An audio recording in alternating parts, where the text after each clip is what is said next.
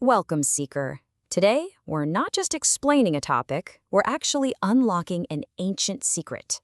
It's about a power that's hidden deep within your own body, a power you can access through something as simple and as profound as your own breath. Okay, so let's just dive right in with these words from our guide on this journey, Zoran the Dragon. You see, he's framing breath not as just, a biological function, but as a cosmic force, a kind of raw material that we can learn to contain, to shape, and ultimately use to forge our reality. So, first things first, we have to get beyond the idea of mere breath.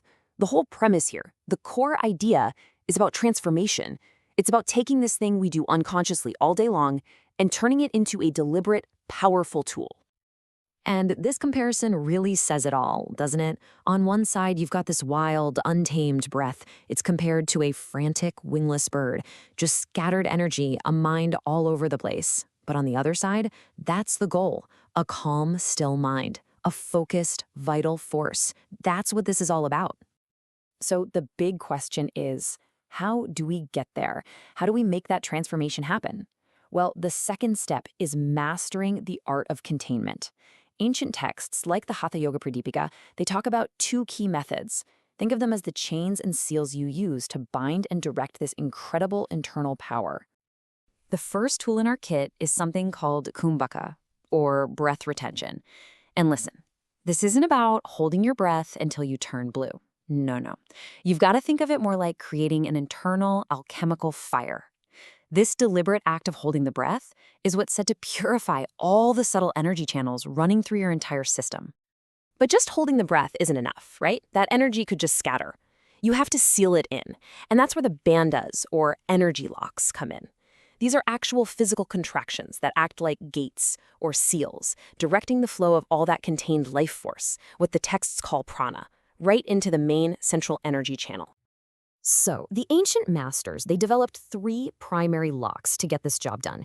And it's so important to understand, these are not just simple muscle flexes. The source material describes them as instruments of your spiritual will, really designed to command your body's most subtle energies.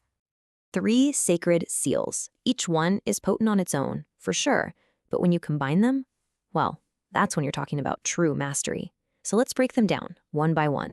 First up, we have the root lock, or Mula Bandha. This is a deep contraction right at the base of the torso in the perineum.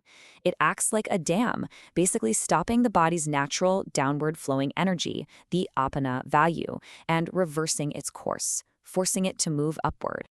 Now, the second lock, Uddiyana Bandha, the description of its power is just incredible. The texts literally call it the lion which conquers the elephant death. I mean, wow. This is a deep, powerful abdominal contraction that lifts that life force up towards your heart center. And finally, to complete the circuit, we have the throat lock, Jalandhara Bandha. By pressing your chin down to your chest, it's said to paralyze the two main side channels of energy, the Ida and Pingala. This acts as the final seal, locking all of that potent life force securely into that central channel we've been talking about. Okay, now we have to talk about something that's absolutely crucial. Wielding this kind of internal fire, it comes with immense responsibility and some very real risks. This is not a casual practice, and it's definitely not just a simple breathing exercise you find on the internet. Our guide, Zoran, warns us to beware. And the ancient texts, well, they are unflinchingly clear about the dangers. So what are the actual stakes involved when you're dealing with this kind of internal alchemy? The Hatha Yoga Pradipika does not mince words. It says, this practice can be fatal if done incorrectly. It really stresses that you absolutely must learn these techniques under the direct guidance of an experienced teacher, a true guru. And as you practice, your body's going to react. It's going to sweat, it might quiver, but the text frames this not as a weakness, but as the literal fire of your own evolution at work. But for those who walk the path with discipline and with proper guidance, the rewards are something else. We're not talking about material riches here. We're talking about visible signs of a deep inner transformation, a lean, healthy body, a face that just radiates tranquility, a clear, steady gaze. These are the external signs that the internal purification has been successful.